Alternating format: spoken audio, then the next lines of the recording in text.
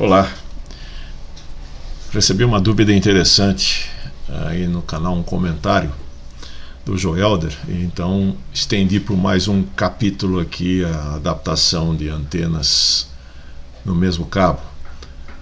Agora, adaptação de dipolos dobrados de verdade em VHF.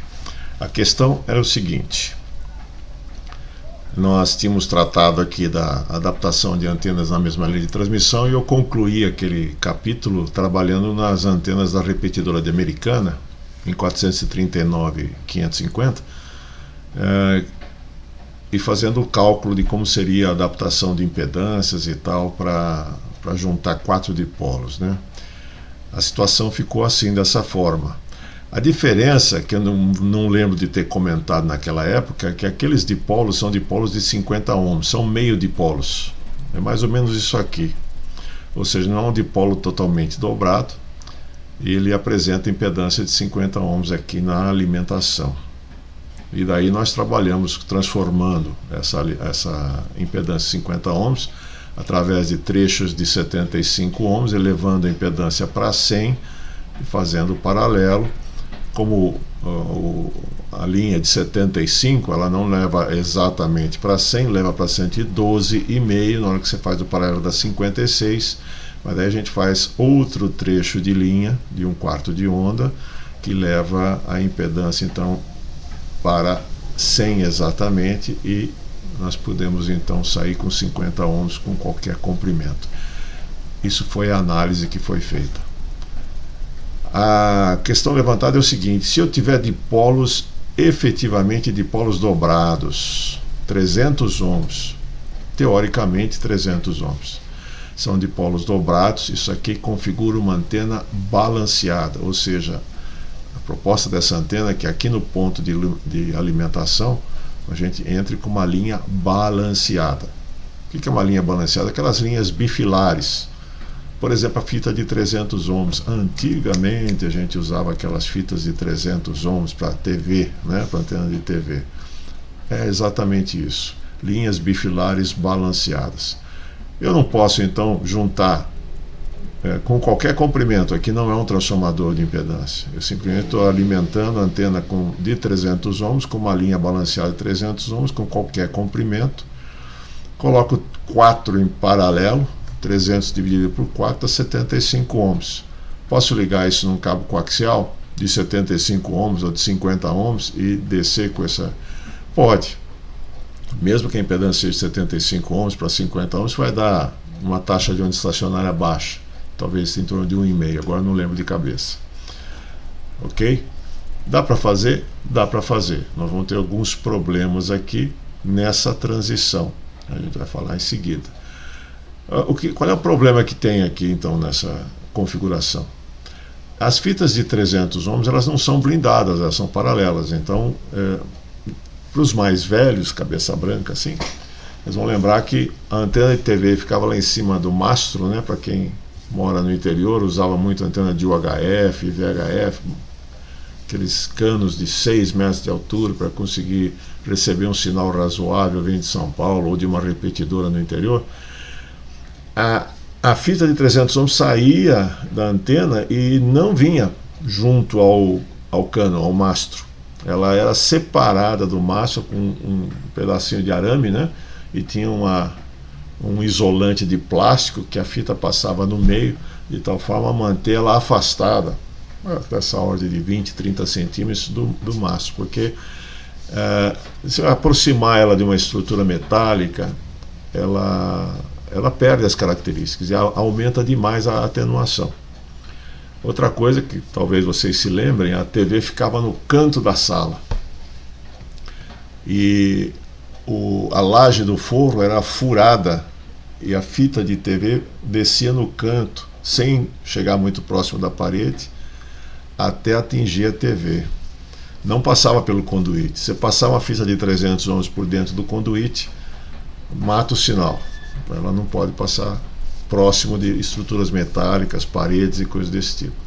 Então, há que se tomar esse cuidado. A gente pode fazer? Pode. Que comprimento? Qualquer comprimento, porque ela está casada com a antena 300 ohms, então não tem problema. Mas ela tem que ficar afastada do mastro.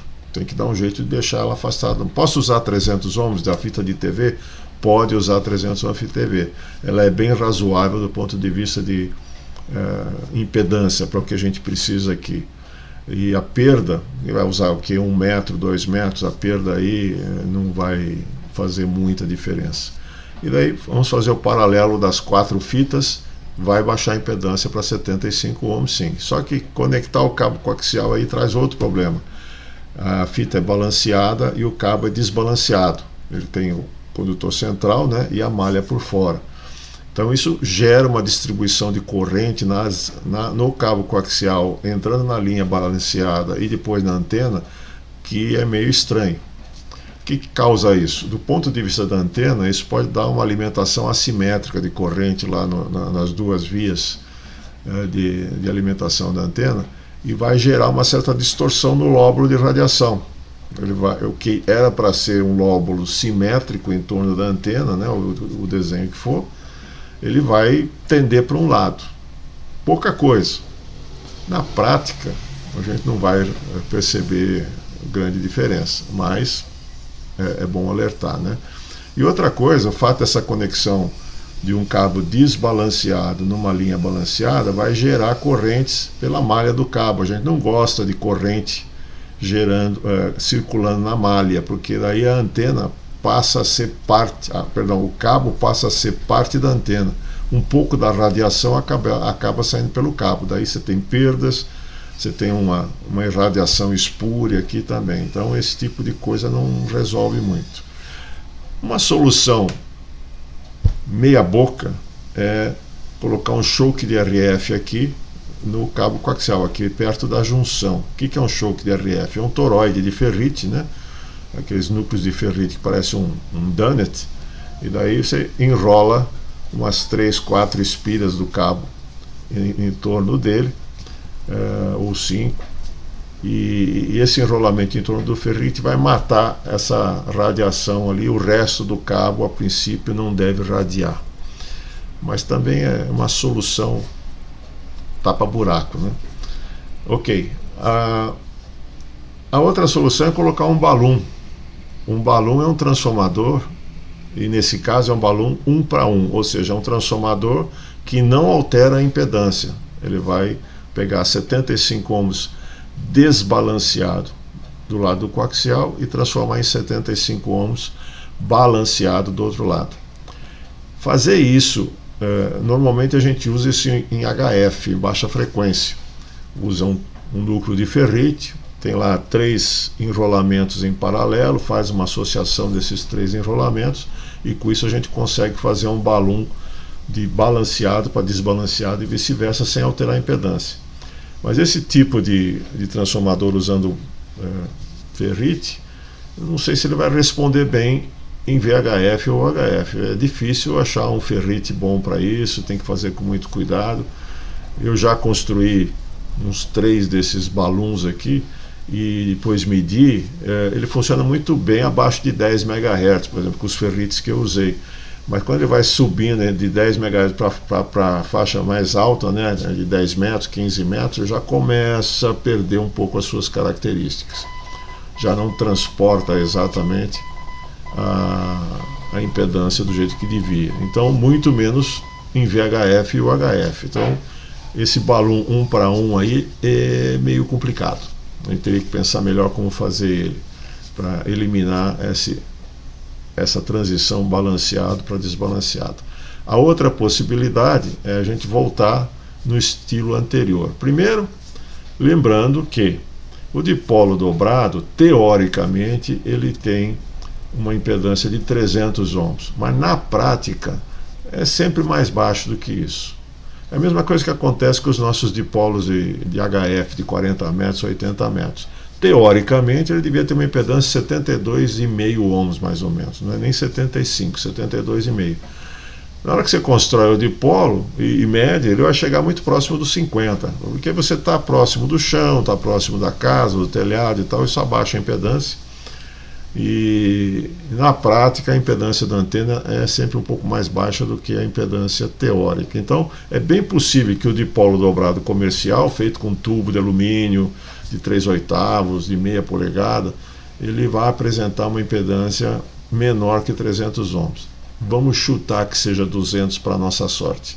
Se for isso, você pode fazer 4 balões, 4 transformadores de impedância de balanceado para desbalanceado, com transformador de impedância de 4x1. Como é que a gente faz isso? Com cabo coaxial, esse tipo de balão aqui de meio comprimento de onda. Quando a gente corta um trecho de cabo coaxial com meio comprimento de onda, dá para calcular isso e dá para medir se você tiver um medidor de impedância, um VNA, alguma coisa assim, um Vector Network Analyzer.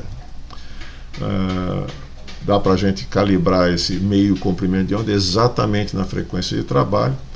A gente junta as malhas, todas as 3 malhas estão soldadas juntas, os 2 vivos aqui estão também soldados juntos e o terceiro vivo aqui está solto.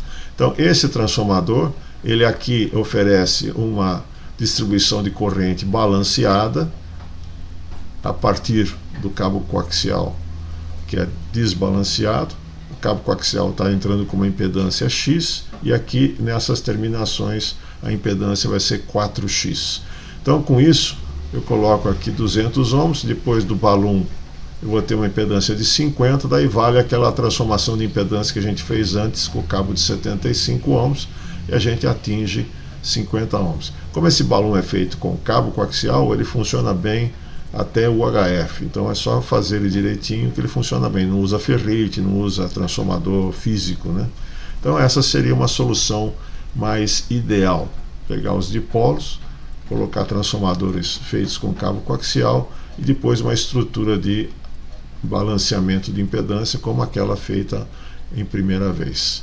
Aqui funciona. Se quiser experimentar e ver o resultado, né, de repente dá sorte e as coisas se combinam. Funcionar? Funciona. Quanto a gente vai perder com isso? Tem que ver na prática. E o quanto vai perder com isso vai depender muito da taxa de onda estacionária que vai chegar do outro lado. Aqui, em vez de 75 ohms, como essa impedância deve ser menor, aqui a impedância também deve ser menor, deve ser abaixo de 75, vai ser lá para fora, 50, 60 ohms, a taxa de onda estacionária vai ser baixa, a perda de retorno vai ser baixa. O sistema deve funcionar tomando esses cuidados, principalmente aqui, de afastar as fitas e aqui talvez colocar um choque de RF para não termos circulação de corrente. Ok? Mais uma extensão, obrigado pelo comentário e a gente se vê por aí.